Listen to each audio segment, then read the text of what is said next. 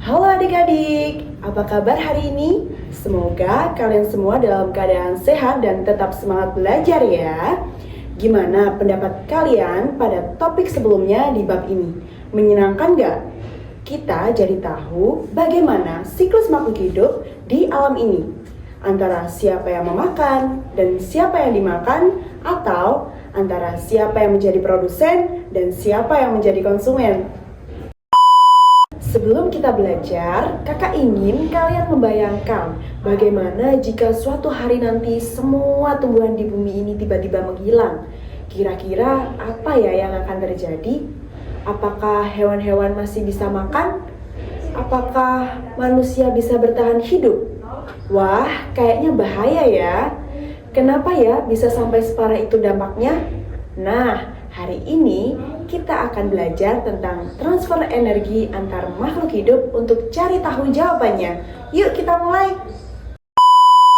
Adik-adik, dalam suatu ekosistem terjadi proses perpindahan energi dari satu makhluk hidup ke makhluk hidup lainnya.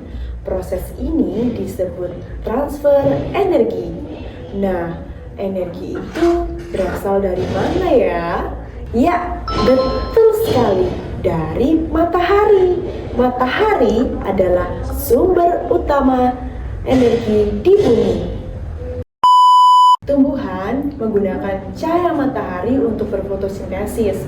Proses fotosintesis menghasilkan makanan untuk tumbuhan itu sendiri.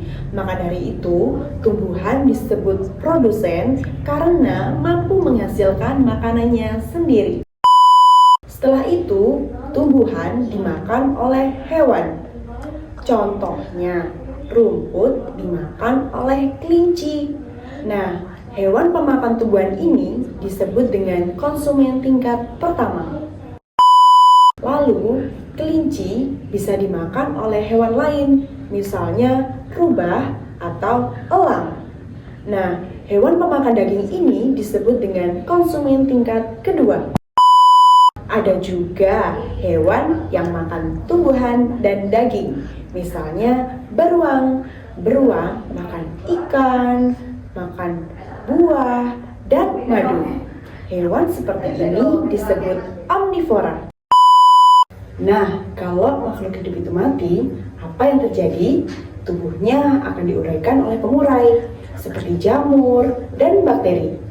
Pengurai ini berperan mengembalikan zat-zat hara ke dalam tanah agar bisa digunakan kembali oleh tumbuhan.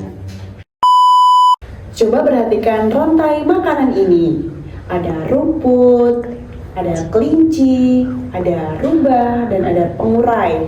Itulah yang disebut dengan rantai makanan. Energi berpindah dari satu makhluk hidup ke makhluk hidup yang lain secara berurutan. Nah, sekarang coba kalian sebutkan contoh rantai makanan di sekitar rumah kalian yuk. Misalnya, padi dimakan burung pipit, burung pipit dimakan ular. Nah, coba sebutkan contoh yang lain. Wah, pasti banyak sekali contohnya ya. Sampaikan contoh rantai makanan di sekitar rumah kalian saat pembelajaran di kelas ya. Nah, adik-adik, hari ini kita sudah belajar tentang transfer energi antar makhluk hidup. Kita jadi tahu bagaimana energi berpindah dari matahari ke tumbuhan, lalu ke hewan, dan akhirnya kembali ke alam melalui pengurai. Jangan lupa, kita harus menjaga ekosistem agar rantai makanan berjalan dengan baik. Kira-kira caranya bagaimana ya? Betul sekali, caranya dengan tidak merusak lingkungan, tidak membuang sampah sembarangan, dan menjaga makhluk hidup di sekitar kita. Sekian dulu ya video pembelajaran kita hari ini tentang transfer energi antar makhluk hidup. Sampai bertemu di materi selanjutnya. Dadah!